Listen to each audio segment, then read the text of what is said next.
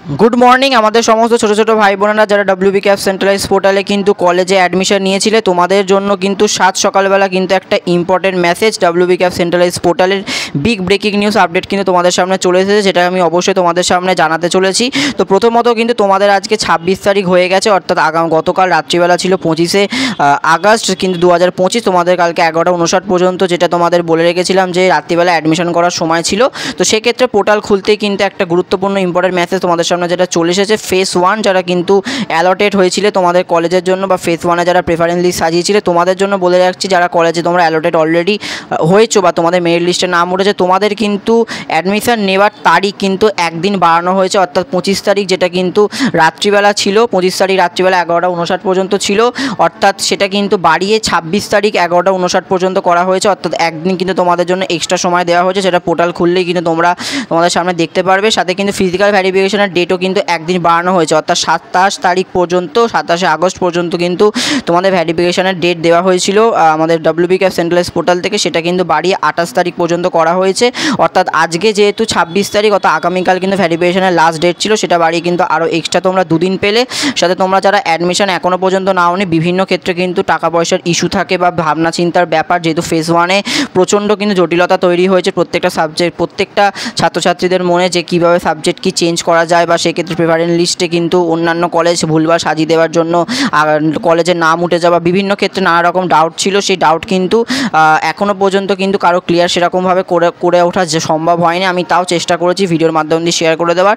সেক্ষেত্রে কিন্তু তোমরা আরও কিন্তু এক্সট্রা একদিন করে পাচ্ছ, অর্থাৎ অ্যাডমিশনটাই হচ্ছে মেন ব্যাপার। অ্যাডমিশনটা তোমরা যদি নিয়ে না থাকো, সেক্ষেত্রে কিন্তু তোমরা আরও একদিন কিন্তু ভাবনা চিন্তার সময় আজকের দিনটা পাবে। সেক্ষেত্রে কিন্তু তোমরা অবশ্যই কিন্তু ভাবনা চিন্তা করে নাও। সেক্ষেত্রে তোমরা কলেজে কবে কি ভর্তি হতে চাইছো, বা তোমরা নাকি ফেজ 2-র কথা ভাবছো, ফেজ 2-তে কিন্তু নতুনভাবে ফ্রেশ অ্যাপ্লিকেশন অবশ্যই করা যাবে। আমি গতকাল রাত্রিবেলা লাইভ ভিডিওতেও বলেছিলাম, তবে ফ্রেশ অ্যাপ্লিকেশন ফেজ 2-তে করতে গেলে কিন্তু তোমাদের ফেজ 1-এ অ্যালোটেড কলেজে অ্যাডমিশন না নিতে হবে। অর্থাৎ তোমরা যদি ফেজ 2-তে যদি অ্যাপ্লাই করতে চাও, সেক্ষেত্রে কিন্তু ফেজ 1-এ তোমার কোনো কলেজে কিন্তু অ্যাডমিশন নিলে হবে না। অর্থাৎ অ্যাডমিশন যদি না নাও, তবেই কিন্তু তোমরা ফেজ 2-তে কিন্তু ফ্রেশ অ্যাপ্লিকেশন করতে পারবে। যদি ফেজ 1-এ যদি কোনোভাবে কোনো কলেজে অ্যাডমিশন না নিয়ে নাও, সেক্ষেত্রে কিন্তু ফেজ 2-তে কোনোরকমভাবে ফ্রেশ অ্যাপ্লিকেশন করতে পারবে না। এটা তোমাদের আগেও জানিয়ে দিয়েছি। সাথে বলে রাখছি, অটো আপগ্রেডেশন অনেকে কিন্তু বলছো যে আমরা যদি কলেজে অ্যাডমিশন না নিই, সেক্ষেত্রে কি আমি অটো আপগ্রেডেশন সরাসরি করতে পারবো? সেক্ষেত্রে যদি বলি যে না, একদমই তোমরা অটো আপগ্রেডেশন সরাসরি করতে পারবে না।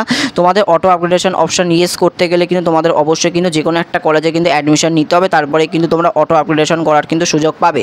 সেক্ষেত্রে বলে রাখছি যে যারা এখনও পর্যন্ত কিন্তু তোমাদের সাবজেক্ট কম্বিনেশন নিয়ে এখনও তোমরা সন্তুষ্ট নয়, বা তোমরা সেই কলেজে পড়তে চাইছো না, অনেকের ক্যাম্পাস নিয়ে সমস্যা, অনেকের ডিস্টেন্স ম্যাটার করছে, অনেকের কিন্তু বিভিন্ন বাড়িতে জটিলতা রয়েছে, সমস্যা পারিবারিক, সেক্ষেত্রে তোমাদের জন্য বলে রাখছি তোমরা কিন্তু শেষ আজকের দিনটা সুযোগ পাচ্ছ। সেক্ষেত্রে ভাবনা চিন্তা করে নাও। সাথে কিন্তু তোমাদের যদি এমনি কোনো ডাউট থাকে, বা তোমাদের যদি কোনো কিছু বিষয় বুঝতে অসুবিধা হয়, তুমি অবশ্যই আমাদের কিন্তু কমেন্ট করতে পারো। আজকে এই লাইভ ভিডিওটির জন্য আমি মোটামুটি 100টা লাইক টার্গেট ধরলাম।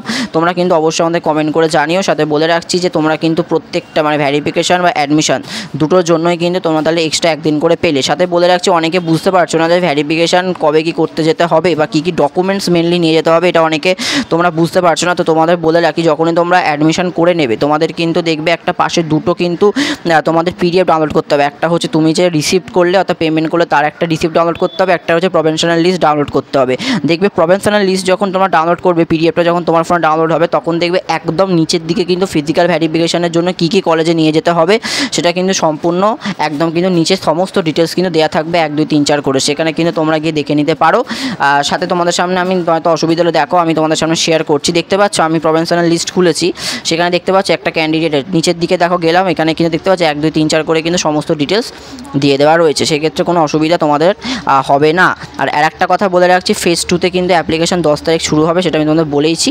আর 31 তারিখ তোমাদের কিন্তু মনে হচ্ছে তোমাদের আপগ্রেডেশন লিস্টটা বেরোবে 30-31 তারিখ করে, কারণ এই দিকে ডেট বাড়িয়ে যেত, সেক্ষেত্রে সামনের দিকের বিভিন্ন কিন্তু ইভেন্টগুলোরও ডেট বাড়াতে পারে সরকার। এটা হচ্ছে এখন বিগ ব্রেকিং নিউজ আপডেট, আমি কিন্তু তোমাদের সামনে এটা শেয়ার করে দিলাম। তো অবশ্যই কিন্তু তোমরা ভিডিওটা বেশি বেশি করে বন্ধুদের সাথে শেয়ার করে দাও, যারা এখনও পর্যন্ত জানে না বা যারা এখনও পর্যন্ত কলেজ অ্যাডমিশন নেয়নি তাদের জন্য। তো আজকের জন্য এইটুকুই। অসংখ্য ধন্যবাদ।